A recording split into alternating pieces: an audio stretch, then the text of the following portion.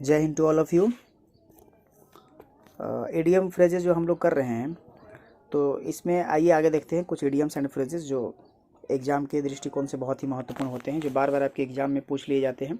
ऐसे idioms and phrases को देख ही लेना चाहिए, पढ़ ही लेना चाहिए और याद कर ही लेना चाहिए, ताकि ये जब एग्ज़ाम में आए तो आपके लिए आसानी हो वहाँ कर क्वेश्चन करने में।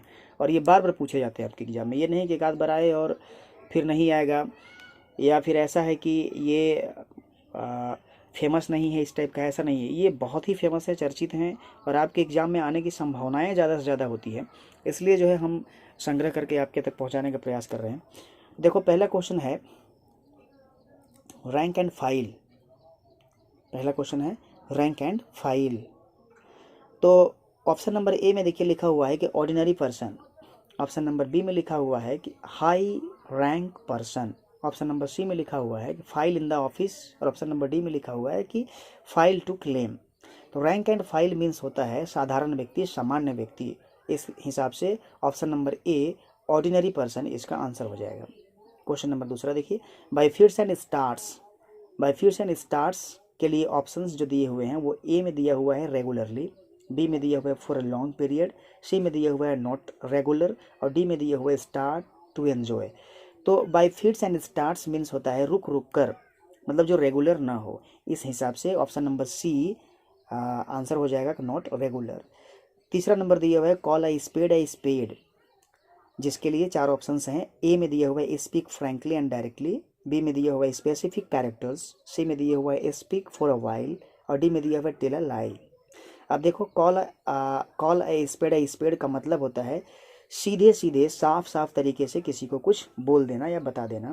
तो इस हिसाब से ऑप्शन नंबर ए जो है आपका आंसर हो जाएगा कि speak frankly and directly. Question number 4 देखिए, come off with flying colours.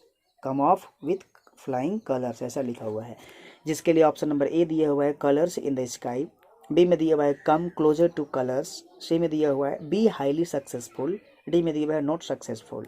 तो come off with flying colours means होता है कि बहुत ही शानदार तरीके से सफल होना। इस हिसाब से ऑप्शन नंबर सी हो जाएगा कि be highly successful. 5 number question है to play ducks and drakes. बहुत बार पूछा गया ये क्वेश्चन आपके एग्जाम में। To play ducks and drakes के लिए ऑप्शन नंबर ए दिया हुआ है to play with full enthusiasm, B में दिया हुआ है टू प्ले सिंसियरली, सी में दिया हुआ है टू प्ले ऑनेस्टली और डी में दिया हुआ है टू एक्ट फुलिशली और इनकंसिस्टेंटली। तो to play ducks and drakes का मतलब होता है बेवकूफ़ीपूर्ण तरीके से कार्य करना, बहुत ही बेवकूफ़ीपूर्ण तरीके से कार्य करना, जिसके लिए ऑप्शन नंबर डी देखिए लिखा हुआ है टू एक्ट फुलिशली और इनकंसिस्टेंटली।